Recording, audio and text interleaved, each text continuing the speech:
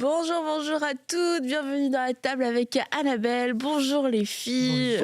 Bonjour. Alors on continue dans cette semaine, on a parlé de comment ressembler plus à Jésus et aujourd'hui on va parler de l'amour pour Dieu. C'est une belle série, je trouve. C'est des beaux thèmes, comment aimer Dieu, aimer réellement Dieu, parce qu'en fait c'est des choses, comme j'ai dit en début de semaine, qui peuvent nous sembler tellement évidentes dans la vie chrétienne, mais comment est-ce que concrètement nous on le vit? Et puis ça peut vite devenir des beaux concepts, des beaux principes, mais en fait on est appelé à vivre cette relation avec Dieu. Alors on va en parler ensemble, comment vivre une vraie relation avec Dieu sans que ce soit condamnant, sans que ce soit sous le poids de la religion, etc. Mais peut-être pour commencer, est-ce que vous voulez boire un petit... Alors comment on le dit? Un smoothie? Un smoothie? Ah, merci. Oui. Toi, tu dis ça comment? Tiens, smoothie, Stéphanie. J'aurais dit peut-être. Un smoothie. C'est bon. Merci. Ah, tiens, Stéphanie. Un smoothie. Smoothie. Bref, dites-nous comment vous le dites. Aurélie pourrait nous le dire avec son accent british. Je voudrais savoir comment tu nous dis ça, smoothie? Smoothie. Il est bon? Oui, il est bon, mais ça prend beaucoup d'aspiration. Ok, je le prendrai tantôt alors. Alors, comment... Les rires d'ici, vous Oh mon Dieu, Stéphanie. Mais regarde, c'est frais. Tu peux te le rouler sur la face. Ça détend. C'est ça, ça peut faire dégonfler le visage. Ne suivez pas mes conseils beauté. Je ne suis pas experte en la matière, comme vous l'avez remarqué. Elle avec beaucoup d'art. Elle a été surprise. Alors, la tienne, Stéphanie. Merci. On en revient. Comment aimer Dieu? Comment aimer Dieu? Tu sais, je pensais à cette émission et comme on le disait sur le thème de ressembler à Jésus, autant qu'à la fois tes modèles peuvent être que des modèles humains finalement, et qu'à la fois aimer Dieu, je me disais mais on peut aimer l'Église, on peut aimer le ministère, aimer l'appel, aimer certains concepts, mais tu as l'impression qu'en fait t'aimes Dieu, mais je me dis c'est comme si je me dis j'aime Jérémy, mais en fait j'aime Jérémy, mais j'aime juste entre guillemets, j'aime voyager avec lui, j'aime ce qu'on vit ensemble, mais ce que lui pour sa personne je l'aime, tu vois. Et quelquefois je me posais la question, mais est-ce qu'on s'éloigne pas de Dieu en aimant tout un tas de choses qui sont bonnes, hein, mais sans l'aimer, sans prendre le temps de l'aimer lui personnellement, de se dire ouais, je vais à l'église et je vais servir, et puis j'aime l'œuvre de Dieu, je vais faire toutes ces choses et ça te remplit. On parle beaucoup d'activités, de performances, mais sans même aller dans ça, dans le fait que ça puisse te remplir, c'est que tranquillement en fait tu confonds les deux. Tu confonds la personne avec son œuvre, pas seulement pour ce que ça t'apporte, mais juste parce que tu as oublié. Et je crois qu'à la fois, quand on vit certains temps dans notre vie où il n'y a plus rien, ou parce que tu pars, parce que tu vis un isolement, parce que tu vis une période de ta vie où il n'y a plus rien, tu peux te rendre compte, mais est-ce que j'ai cette relation? Est-ce qu'on a maintenu le cap dans notre relation?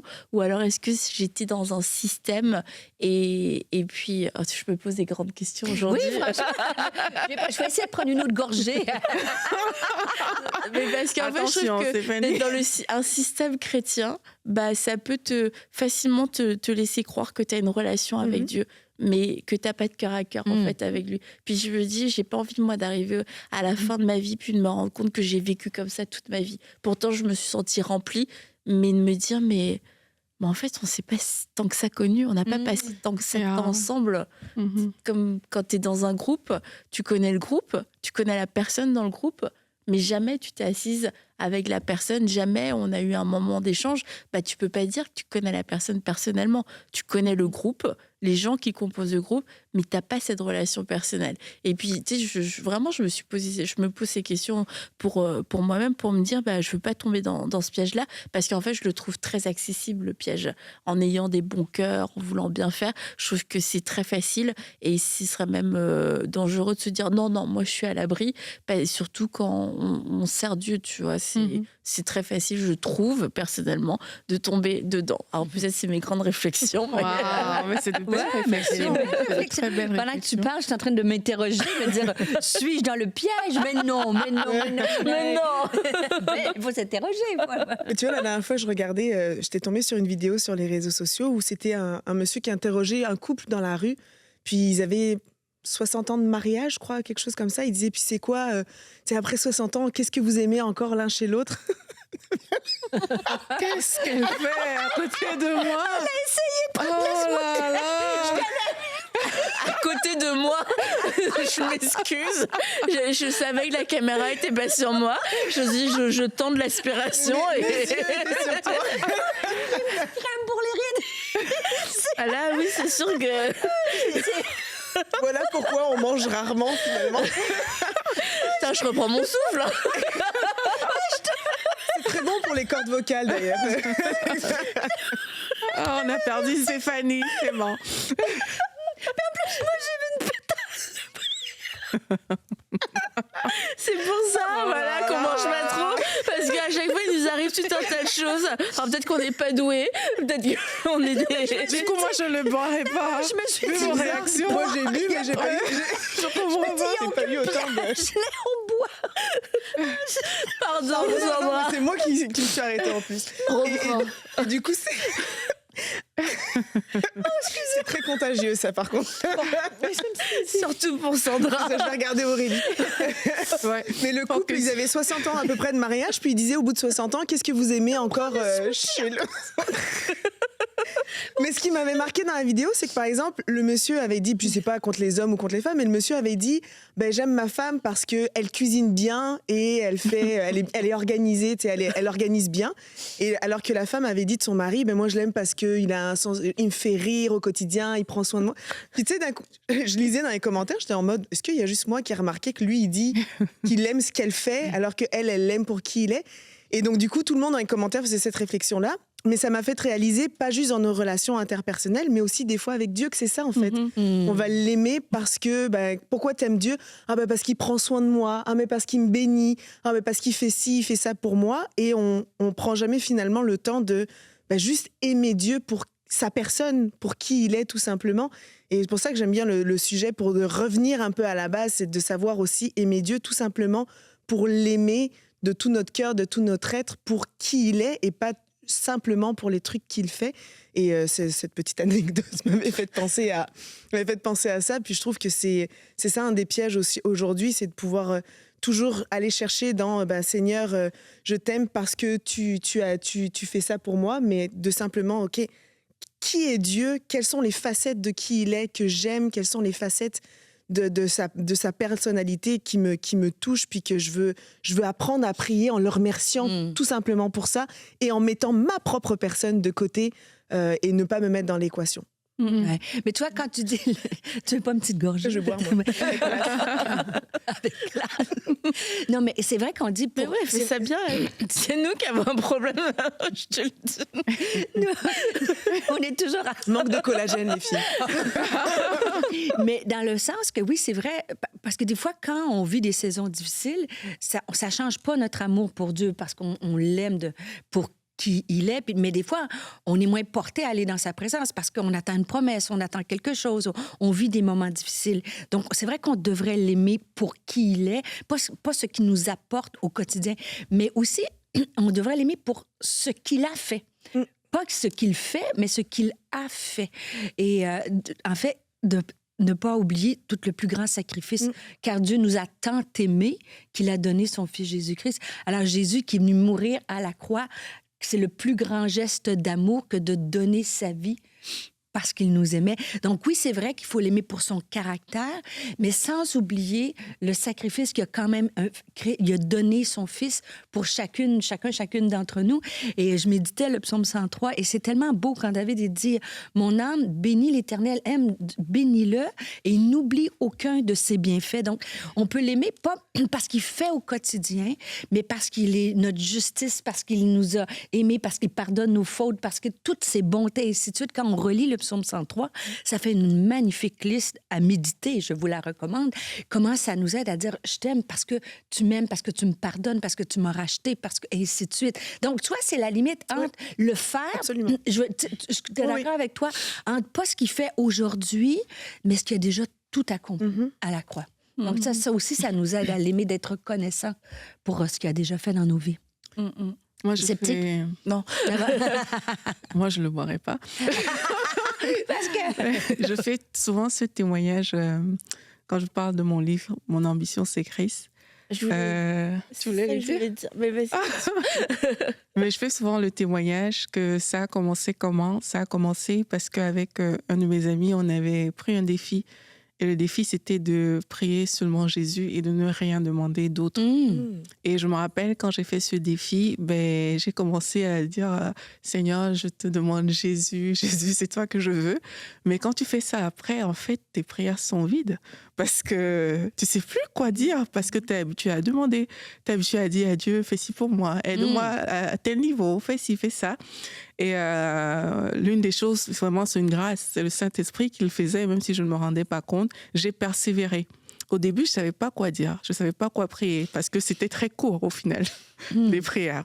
Qu'est-ce que tu priais? Tu disais... Seigneur, je veux Jésus. Okay. C'était aussi simple que ça. Et j'aime souvent dire aux gens, je prêchais déjà l'Évangile. Tu vois, j'enseignais déjà quand j'ai fait ce défi-là. Donc, c'est pas que... Donc, je connaissais un minimum de la parole de Dieu. Et au début, ça a commencé comme ça. Je n'avais pas grand-chose à dire au final.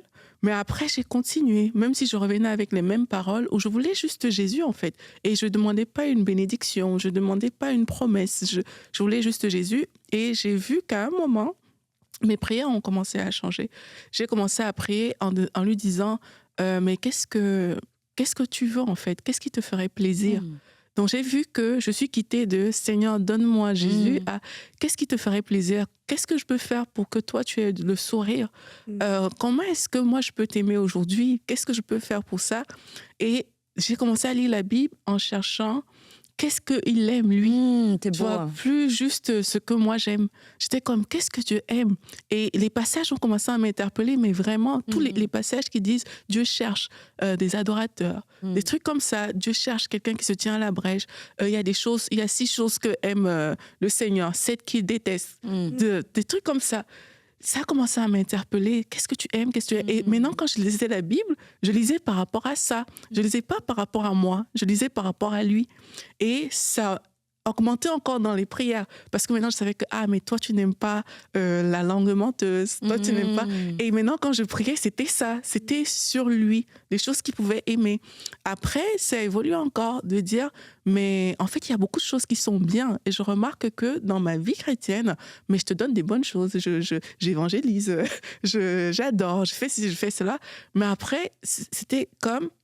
Je veux pas juste des choses qui sont bien. Il y a des choses qui sont bien que moi, on peut me donner, mais si j'aime pas, en fait. Mais c'était maintenant, mais Seigneur, je veux pas juste te donner ce qui est bien. Je veux te donner ce que tu préfères. Donc, des choses qui sied à l'instant où tu veux, c'est ça que je veux te donner, en fait. Et c'était devenu aussi, en fait, Seigneur, évangéliser ne m'intéresse pas. C'est toi qui m'intéresse. Et parce que tu m'intéresses et que tu aimes qu'on parle de toi, alors je vais évangéliser. Donc, c'est comme si ça avait tout été, les choses avaient changé. J'étais plus juste en train de servir parce que dans ma vie chrétienne, on m'a appris qu'il faut servir le Seigneur. Mais c'est comme si le Seigneur avait pris sa place et c'est comme s'il y avait un ordre, en tout cas, qui s'était établi. Et dans cet ordre-là, tout pointait sur lui. Tout était orienté vers lui. Toute la base, en fait, c'était lui, de chaque action, de chaque chose. Et c'était lui qui était le centre d'intérêt. Et j'ai commencé mon livre avec l'intro qui dit « Je t'aime, Seigneur ». C'est le titre de mon introduction. Et là, j'ai compris que c'est un amour qui est vraiment... Il n'y a pas de toi là-dedans. Même si après, le Seigneur, justement, parce que tu l'aimes et tout, il va te montrer des choses que tu vois pas, y compris sur toi-même, en fait. Il va te les montrer, mais j'ai compris que la base, c'est lui, en fait. La base, c'est pas nous. On a trop fait de notre vie chrétienne une vie chrétienne dans laquelle nous sommes le centre. On est la base de toute chose. Mais la base de notre vie, c'est Jésus-Christ. C'est lui directement. Et dès l'instant où on va remettre cette base, ben, on l'aime parce qu'il nous a aimés en premier. Quand tu vas remettre cette base où tu t'intéresses juste à lui pour dire Jésus, qu'est-ce que je peux faire pour toi aujourd'hui? Comment je peux t'aimer aujourd'hui? Sur la terre, il y a beaucoup de mal, il y a beaucoup de choses qui se passent sur la terre vraiment qui ont le potentiel d'attrister ton cœur, Seigneur. Mais moi, aujourd'hui, qu'est-ce que je peux faire qui a le potentiel juste de te faire sourire, de te donner la joie? Qu'est-ce que je peux faire? Moi, je pense qu'à mon niveau, à moi, ma vie a changé, j'aime le dire, ma vie a changé à ce moment-là. Et c'est comme ça que j'ai écrit d'ailleurs pour la première fois. D'ailleurs, ton livre est disponible sur Amazon. Mon ambition, c'est Christ, Aurélie Tchatchou, et je vous encourage à vous le procurer parce que c'est vraiment un excellent livre. Et quand on parle du sujet Aimer Dieu, ben c'est sûr que je me disais, il faut qu'on parle de ton livre. Et tu vois, tu parlais de l'évangélisation, que tu sais, c'est pas tant l'évangélisation, c'est le fait je veux parler de toi. En fait, ça change tout. C'est la même chose, mais ça change tout. Et c'est un peu comme le témoignage de ce couple, en fait. C'est, je peux cuisiner pour mon mari, mais je nourris mon mari.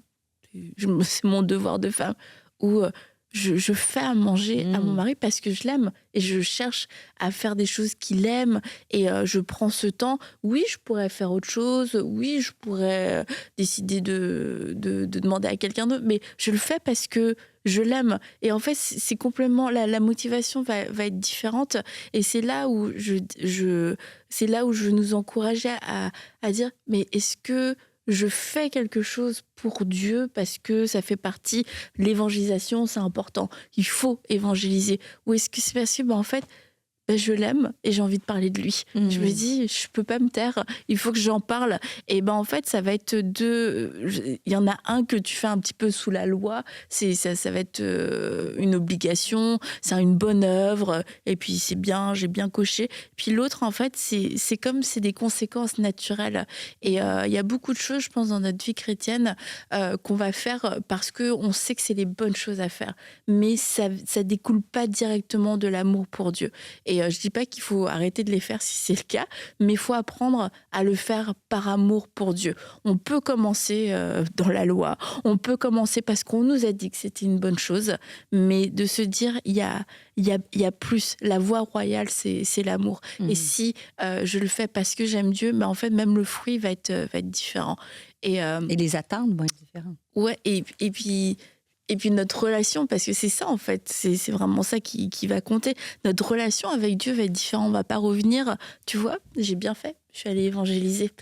Est-ce que tu me félicites? Est-ce qu'on me dit bravo? Mais c'est ça, t'as pas les mêmes attentes. Tu vois, c'est pas pour recevoir. Ah oui, j'ai évangélisé, puis tu vois, le lendemain, ma voiture est tombée en panne. Ouais. Pourquoi? Non, mais je veux dire, tu développes ce genre de raisonnement quand tu es dans le devoir, dans le faire, etc. Alors que quand tu es dans cette relation d'amour, en fait, il y a plein de choses, des questions, des soupçons, des accusations, des attentes que tu n'as pas, parce qu'en fait, ça découle d'une relation. Puis si on peut comparer ça à un mariage, c'est sûr que quand tu fais à manger à ton mari parce que tu l'aimes et pas parce qu'il t'a obligé à faire à manger, qu'il te dit, mais tu sais, si t'as pas envie, si t'es fatigué, parce qu'on est dans cette relation d'amour, il te dit, si t'es fatigué, il n'y a pas de souci. Non, j'ai envie de le faire, ça me fait plaisir. Et que tu vois, après, il te dit, ah merci, c'est bon, t'es contente, ailleurs. Mais si tu t'es forcé à le faire et que merci, c'est tout. T'as pas plus à dire. Tu sais, je veux dire, tu vas être beaucoup plus dans l'attente, tu vas être plus facilement déçu, tu vas être plus j'aurais pu faire ci, j'aurais pu faire ça. Alors que quand tu le fais de tout ton cœur, et c'est comme ça que la Bible nous dit d'aimer Dieu, c'est de tout notre cœur, de toute notre âme, de toute notre pensée. Quand on le fait comme ça, il y a rien en fait, il y a plus de place pour le reste. Et tu vois, Jérémie, il aurait tendance à faire des choses assez waouh. Parce que pour manifester son amour, parce qu'il lui, il aime beaucoup les surprises. Donc lui, il aime organiser des surprises, des trucs bêtes, hein, franchement, bêtes dans le sens où, tu sais, non mais quelquefois, t'as pas besoin d'une surprise, genre la pelouse a été tondue, tu vois, c'est comme si ça devient une surprise. Mais parce que lui, il aime vraiment beaucoup les surprises et il aurait tendance, tu vois, même à pouvoir faire des choses plus grandes. Mais moi, c'est pas mon... C'est pas ton langage. Non, c'est pas ce qui me parle plus, puis je vais être décevante, tu vois. En plus, dans ces moments-là, oh, waouh. Et puis, il m'a dit, on parlait, puis bah, maintenant, on est souvent tous les deux, tu vois. Eden est partie, elle est mariée. Et puis, une fois, il m'a dit, je me souviens, bah, tu sais, ça, c'est mes meilleurs moments. Quand on est là, tous les deux, on était à la maison, tous les deux, on faisait rien de spécial. Il me dit, bah, ça, c'est mes meilleurs moments. On est là, tous les deux, ensemble. Je dis, ah bon?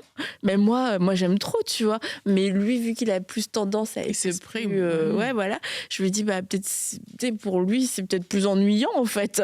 Et puis, il me dit, non, c'est vraiment mes meilleurs moments. Et tu vois, bah, pour moi, c'était la plus grande déclaration d'amour parce que c'était comme, ce que j'entendais, c'est ta simple présence me suffit. On n'a pas besoin d'aller au resto. On n'a pas besoin de sortir. On n'a pas besoin de voir du monde. On n'a pas besoin de faire des choses extraordinaires alors qu'il aime faire toutes ces choses-là. Et le simple fait que tu sois avec moi, bah, en fait, ça me comble. Bah, franchement, c'était la plus belle déclaration. Et je me dis, bah, dans notre relation avec Dieu, est-ce que je suis comblée en étant juste avec lui? Et est-ce que je le comble en étant juste avec lui? Parce que, je veux dire, moi aussi, je suis comblée quand on est juste ensemble, mais quand il est sur son téléphone, par exemple, qui répond à tout un tas de choses, bah là, je veux dire, on est ensemble, mais on vit pas un moment de qualité. On est ensemble. Et quelquefois, je me dis, bah, est-ce que c'est ça que j'offre, tu vois, dans ma présence, dans ma qualité de relation avec le Seigneur aussi. Je me dis, moi, je valorise tellement les temps de qualité, les moments où on va se parler, et puis tu m'écoutes, j'ai pas besoin de répéter 10 fois la même chose parce que tu es en train de penser à autre chose. Je me dis, bah, est-ce que je veux pas être non plus une personne double standard, tu vois. Moi, j'attends de ça de quelqu'un, et puis moi, je donne complètement autre chose au Seigneur dans notre relation. Donc, c'est des choses qui sont simples, et je pense que c'est facile quelquefois de s'évaluer en prenant des exemples, la façon dont on se comporte avec des humains, en fait. Mais moi, je vous surprends. Je vais à l'autre bout du spectre. Dans ce sens que oui, une illustration. Tu vois, depuis que j'ai quitté mes fonctions à l'Église Nouvelle Vie, j'ai beaucoup plus de temps.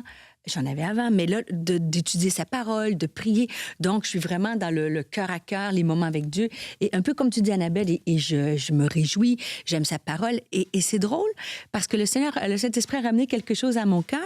Je me disais, il me manque quelque chose. Mais là, je veux dire, on n'est jamais content. Mais il y a cette relation-là de dire, on est bien tous les deux, Seigneur. Mais ce qui me manquait, c'était toute la notion d'œuvre humanitaire, la notion de mission, la mission de donner. Et c'est comme, tu sais, quand Jésus dit, bon, il dit, n'aimez pas en parole seulement, mais en action. Puis ce que vous faites au plus petit d'entre vous, c'est à moi que vous le faites. Tu sais, il dit, quand est-ce que vous venus me visiter? J'étais en prison, vous êtes venus, ainsi de suite. Et je me dis, je pense qu'il y a ces deux facettes-là d'adoration qui est principalement la plus importante selon moi, parce que de là découle toute chose. Mais des fois, on peut, et je vise personne, je me parle à moi, est-ce que je suis tellement dans mes moments de prière que quelqu'un m'appelle pour aller l'aider, pour faire...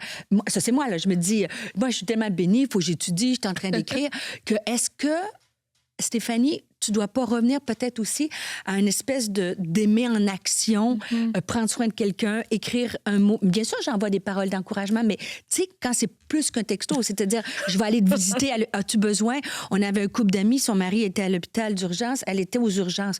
En ce moment, les urgences, c'est pas terrible. Et là, je me suis dit, elle était tout seule là, je me disais, bon, j'ai le choix de rester chez nous, de lire la Bible, ou j'ai le choix de lui dire, est-ce que tu veux que j'aille te rejoindre pour pas que tu sois seule?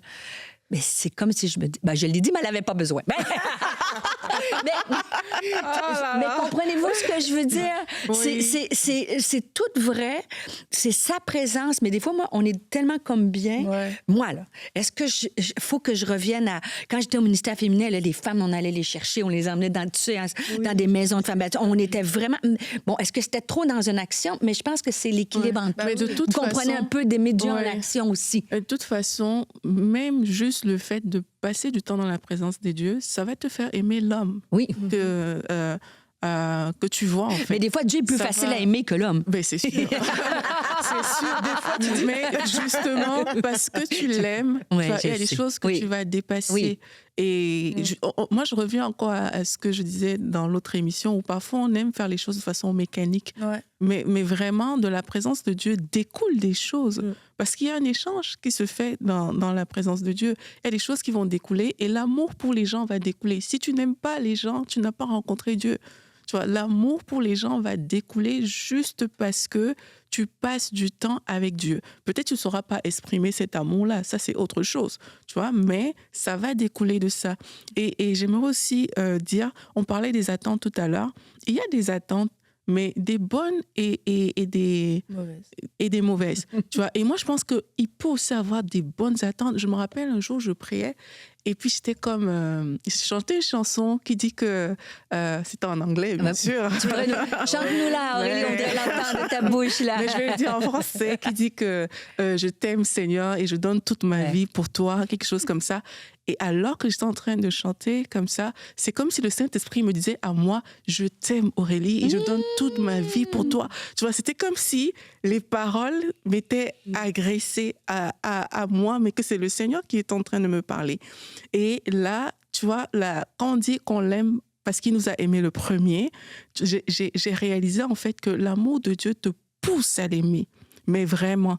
Et je veux dire ça à quelqu'un qui nous écoute aujourd'hui, c'est que Dieu t'aime, mais d'une façon tellement exceptionnelle que parfois c'est juste qu'on ne se rend pas compte. Et c'est pour ça qu'on se retrouve encore à commander même certaines choses. Parce que tu vas voir que dans l'amour de Dieu, tu as le droit de t'attendre à des choses. Dieu lui-même a dit, cacherai-je à mon ami Abraham ce que je vais faire? Dans l'amour avec Dieu, il y a l'amitié avec lui. Et dans l'amitié avec Dieu, il y a des choses qu'il va te montrer. Il y a des choses qu'il ne peut pas te cacher. Il y a des choses que tu vas voir. Et parfois, on pense pas à ces choses-là. On oublie tout ça parce qu'on est peut-être concentré sur un problème qui mine ma vie et tout. Mais Dieu va te montrer des choses. Il va te montrer des choses qui te dépassent. Il va te montrer des gens que tu ne voyais pas. Il va te montrer les personnes que tu faisais aucun cas, mais ça va commencer à t'intéresser. Tu vois, et de plus en plus, moi, aujourd'hui, je fais attention. Tu vois, avant, je faisais pas très attention, mais parfois, je peux rester comme ça. Je me dis, mais pourquoi je pense à telle personne? Et j'ai réalisé qu'en fait, c'est Dieu qui me montre. Tu vois, pourquoi est-ce que je rêve de telle personne alors que... Mais plus tu vas rester avec lui pour dire comment je peux t'aimer aujourd'hui, c'est les gens que tu vas te montrer. Tu vois, c'est les gens que tu vas te montrer. Et puis, bon, on a parlé de ça lundi, mais il y aura aussi ton caractère que le Seigneur va éprouver. Mais tout ça, ça te fait aussi grandir pour l'aimer encore plus. Donc, vraiment, on a aussi... Les attentes ne sont pas mauvaises en soi. Tu vois, parfois, on a l'impression que ça veut dire qu'il ne faut plus penser à nous, que voilà, parce qu'on aime Dieu, on s'enlève de l'équation. Mais lui, il t'aime même plus que toi-même. Donc, n'oublie... C'est pas la motivation. Oui, c'est exact. première. Les pas la motifs, c'est pas les motivation, attentes contre les c'est motifs. ça. Oui. Mais en fait, il faut réaliser et dire à Dieu au final que à qui irais-je? Tu as les paroles de ma vie, tu vois, que tu me bénisses ou que tu ne me bénisses pas, que tu fasses ce que je demande ou que tu ne fasses pas. À la fin de la journée, à qui irais-je en fait? C'est toi qui as les paroles de ma vie, c'est avec toi que je veux être à la fin de tout. Et je pense que c'est ce qui va manquer beaucoup aux gens aujourd'hui, c'est le à qui irais-je? C'est de Seigneur, que tu le fasses ou pas, on est ensemble. Tu vois, c'est comme tu parlais de toi et Jérémie tout à l'heure, que Jérémie fasse certaines choses ou pas, c'est ton mari. Vous êtes ensemble, tu vois. Et parfois, on doit se retrouver avec Dieu à lui dire, Seigneur, moi, je l'ai déjà fait. Donc je dis pas ça même pour... C'est vraiment la grâce de Dieu qui fait ça. C'est pas une question de moi. Mais il y a déjà des choses, j'ai dit, Seigneur, voici mon plus grand sujet de prière que je te demande. Mais si tu me donnes pas ça, c'est pas grave. On est ensemble. Et pour moi, c'est la relation qui compte. Tu vois, et c'est pour cette relation qu'on doit se battre. Moi, je pense que quand il dit « Tu aimeras le Seigneur de tout ton cœur, de toute ton âme, de tout ton... » Quand on dit le cœur, l'âme, la pensée, c'est des parties quand même précises à l'intérieur de nous, vous voyez. Mais c'est que tu dois te battre pour la relation. Tes émotions doivent être engagées vers cette relation-là. Tes pensées doivent être engagées vers cette relation. Ton cœur doit être engagé vers cette relation. Et à la fin de la journée, même s'il n'y a plus de bénédiction, même s'il n'y a plus rien, même si c'est qu'il n'y a plus aucun enjeu, à la fin de la journée, Seigneur, on sait que tu m'as choisi et moi j'ai dit oui. Donc, vraiment, le truc de l'épouse, comme la Bible nous enseigne, tu m'as choisi, j'ai dit oui, et j'ai accepté cette union avec toi. Donc, à la fin de la journée, c'est toi qui compte. Et je pense qu'on doit revenir aussi à ces bases-là. Et c'est pour ça que Jésus a dit à ses disciples, vous me suivez pour les pains et les poissons. Faire attention aujourd'hui de ne pas tomber dans une attente d'une guérison, de miracle, ou parce qu'on est chrétien. Et ça, c'est beaucoup très nord-américain, un peu prospérité, de dire parce que je suis chrétien, ben, ma vie va être un jardin de roses, et que c'est l'inverse. Quand tu lis la Bible, quand ils se sont convertis, ils ont eu plus de... C'est vrai, c'est notre conception du christianisme qui est complètement différent. Et moi, je pense qu'il faut le suivre. Et toi, ce verset-là, de tout ton cœur, de toute ta pensée, ben, moi, c'est un de mes versets favoris. Mais j'y ai même pas pensé. Mais c'est vrai quand même. Parce que tu aimes la Bible, tout simplement. Ouais, voilà. Mais le terme pensée, c'est diaconé, ça veut dire intelligence. Et Jésus, tu sais, est en train de répondre au docteur de la loi. Il est en train, puis comment je fais pour avoir la vie éternelle? Il va dire, ben, tu peux m'aimer avec ton cœur, tes émotions, une relation d'amour, mais avec ton pensée, c'est vraiment la connaissance. Et moi, c'est une façon que j'aime Dieu, que j'apprends à l'aimer plus, c'est quand je regarde à qui il est, tu vois, sa connaissance, sa grandeur sur la grandeur de l'univers, la grandeur. Donc, j'aime Dieu aussi créateur. Je suis émerveillée. Donc, c'est toutes ces facettes-là. Tu peux avoir une relation très émotionnelle. J'aime Dieu, on est ensemble, mais je l'aime aussi tout qui il est, tu vois, ce grand Dieu créateur-là. Donc, c'est beau, il y a plein de facettes en fait, en amour. Vraiment. C'est un peu comme ce qu'on disait l'autre jour, où Dieu, il va se présenter à nous aussi de différentes manières, tu vois. Ouais. Où il va te montrer, dans cette relation d'amour, mais il va te montrer des facettes de lui que tu vas encore aimer. Et moi, je veux aussi encourager, je veux parler des sacrifices. Parce que dans l'amour, il y a des sacrifices à faire. Et je pense qu'on est dans une saison dans laquelle c'est comme si, parce que c'est Dieu, il n'y a aucun sacrifice, ou alors tout vient de lui, pourvoyeur. Donc, du coup, ben, c'est comme si nous, on ne voit pas aussi la dimension sacrificielle. Mais dans l'amour, il y a des sacrifices à faire. Tu vois, il y a des... Et puis, il y a des... Un peu... Bon, quand Annabelle, tu enseignes parfois sur le couple, il y a des choses, par exemple, que tu vas dire comme il y a des limites qu'on s'est donné dans notre couple, de dire « moi, j'irai jamais jusque-là, je ferai jamais ça ». Et je pense que quand ça concerne Dieu, on ne prend pas le temps de poser aussi certaines limites pour nous-mêmes, de nous dire à cause de mon amour pour Dieu, il y a des choses que je ne ferai jamais. Tu vois, parfois, on n'a pas la dimension du sacrifice lorsque ça concerne Dieu. Et je pense qu'on devrait revoir tout ça, en fait. S'il y a des personnes qui aiment, je ne sais pas si tu as aimé un enfant, tu as aimé ton frère, ta soeur, ton mari, et que tu peux peut-être faire des choses pour cette personne que tu ne ferais pas autrement, je pense que peut-être ce qui peut aider, c'est parfois de transposer tout simplement ces choses-là et de dire, mais si pour mon couple, je mets des limites et que je peux dire avec mon mari que ben, ça, c'est une limite pour nous, on n'ira jamais jusque-là, il faut aussi que dans ma relation avec Dieu, je puisse voir ce que le Seigneur aime et au point de dire, OK, moi, je vais poser cette limite-là. Il y a des choses que Dieu a dit qu'il a en horreur. Je ne suis peut-être pas parfaite là-dedans, mais je vais y travailler pour mettre cette limite en place dans ma vie. Si le Seigneur me montre quelque chose que je ne voyais pas avant, dès l'instant, il va me le montrer, mais je vais me mettre à travailler par rapport à ça. Il y a des limites qu'on doit pouvoir poser. Je me rappelle du témoignage de chanteur là, qui disait que quand son fils il est mort, il a sorti une chanson tout de suite pour dire que Dieu est un Dieu de miracles. Parce qu'il ne voulait pas que sa pensée, puisqu'ils ont tellement prié pour cet enfant, il ne voulait pas que dans sa pensée, il commence à remettre en question le fait que Dieu pouvait faire des miracles. Et il a sorti cette chanson qui était une bénédiction pour le corps de Christ. Tu vois, pour moi, c'est aussi des choses comme ça, c'est de se dire, quel que soit ce qui m'arrive dans la vie, je vais jamais renier l'amour de Dieu pour moi. Je peux peut-être vivre des choses que j'avais pas prévues, que j'avais pas programmées, mais ma limite à moi, c'est de me dire, je vais pas remettre en question ton amour, Seigneur, parce que dans tous les cas, tu m'aimes, quel que soit ce par quoi je passe sur la terre. Donc, je pense que parfois, nous-mêmes, on doit mettre des bases dans notre vie, nous donner des limites et aussi faire des sacrifices. Je ne veux pas juste parler d'autre chose, mais il y a des sacrifices plus grands que notre amour pour Dieu va exiger, mais on doit pouvoir être capable de le faire aussi. C'est ça. Tout à l'heure, on parlait d'intimité avec Dieu qui, du coup, nous permet ensuite de faire des choses parce que ça va nous faire aimer. Mais de la même manière que justement cette intimité avec Dieu va nous empêcher de faire des choses, va nous permettre ensuite de mettre la lumière sur des choses. Ok, ça, parce que j'aime Dieu, et c'est là que on parle tout le temps de crainte de l'Éternel, mais que c'est difficile des fois pour les gens de comprendre. Mais c'est pas je le fais pas parce que j'ai peur de Dieu, je le fais pas parce que je l'aime et que je veux pas le décevoir, que je veux pas l'attrister. Et cette intimité-là justement va nous aider, va nous révéler des choses que peut-être que je faisais dans ma vie et maintenant que je vais arrêter. Cette obéissance-là aussi, de vouloir mettre en pratique.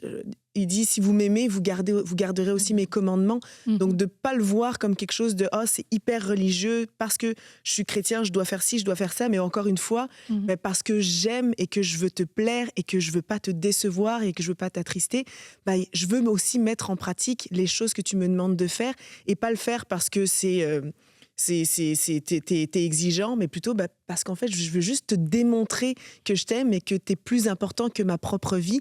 Et parce que toi, t'as donné la tienne, moi, je veux te donner la mienne. Et ma vie devient aussi ce sacrifice-là sur l'autel. Mais quand vous parliez, il y a quelque chose qui vient à mon esprit, c'est, tu vois, je pense que c'est plus facile de l'aimer quand on comprend qu'il nous aime. Tu sais, la parole de Dieu, je l'aime parce qu'il m'aima le premier. Je pense que des fois, cette relation-là, tu sais, comme tu parles de Jérémie, tout ça, c'est parce que tu sais que tu es aimé de lui, que vous êtes bien ensemble. Et des fois, des femmes, ça peut nous arriver à cause du passé, à cause d'un père, à toutes sortes de raisons. Fait que je sais que Dieu m'aime, mais est-ce que je saisis la profondeur et la grandeur de son amour? Et je pense que c'est une clé.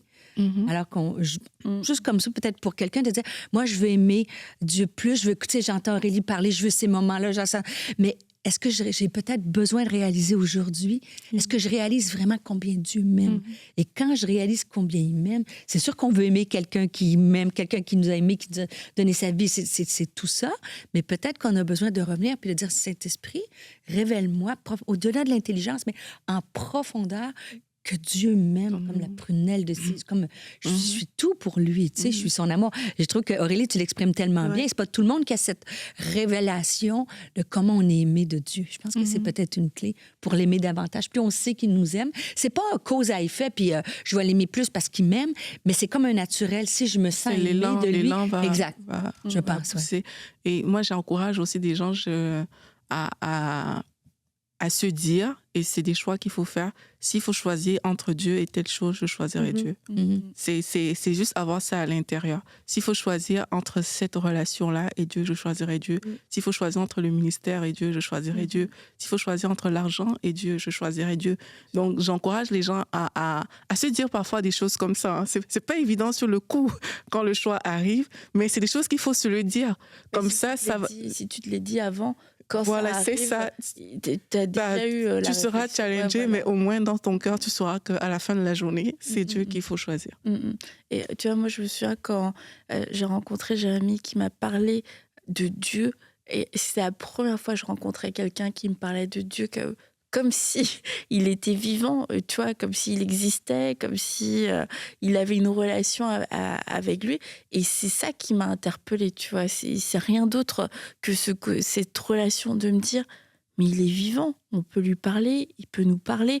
Et c'est ça qui m'a attirée, qui m'a dit, mais je veux en savoir plus.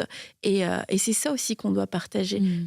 Quand on veut parler du Seigneur, c'est de revenir à quelque chose aussi de plus authentique. Mais si nous-mêmes, c'est pas authentique ce qu'on vit, on aura du mal à partager quelque chose d'authentique. Mais moi, c'est ça qui m'a plu. Tu vois, Jérémie, il était rétrograde en plus à ce moment-là. Non, mais pour dire, franchement, lui-même, tu vois, ça a ça a ranimé son amour pour Dieu que de parler de lui. Et ça a ranimé quelque chose. Et moi, ça a allumé quelque chose. Ça a allumé quelque chose en moi. Mais c'est cette authenticité et dans la simplicité, alors que franchement, il n'était pas très loin finalement dans sa foi, mais qu'on puisse partager avec simplicité, avec authenticité, qui est Dieu pour nous, ce qu'il a fait pour nous, comment on se sent aimé avec des mots simples. Et parce que quelquefois, on complique aussi tout ça pour nos propres vies, mais on le complique quand on veut le transmettre à d'autres gens. Et je crois qu'aujourd'hui, les gens ont aussi soif d'authenticité, de choses vraies. Et la seule chose vraie qu'on peut donner et offrir à ce monde, c'est l'amour de Dieu.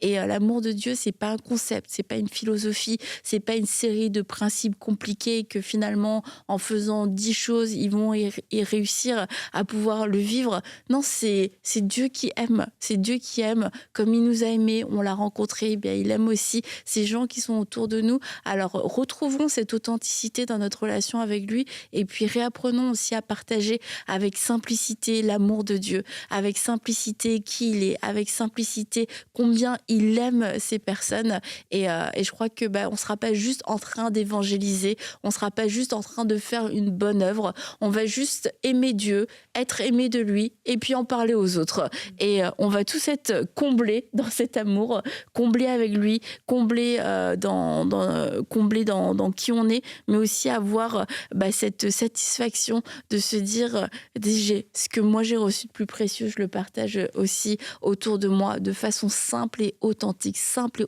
Revenons à ça dans notre relation avec lui, simplicité et authenticité. Et aimons-le, comme la parole nous dit, aimons-le de tout notre cœur, de toute notre âme, de toute notre pensée.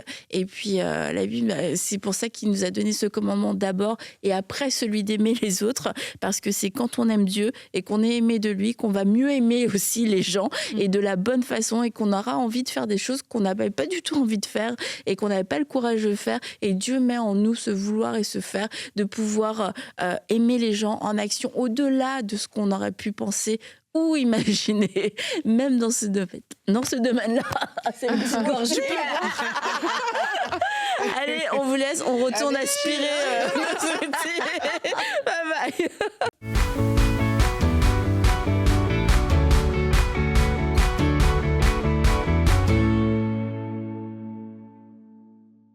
Mon mari, hier soir, quand il est venu se coucher, il a prié sur un genou, mon genou gauche, où j'ai de l'arthrose depuis 2 ans, très douloureux.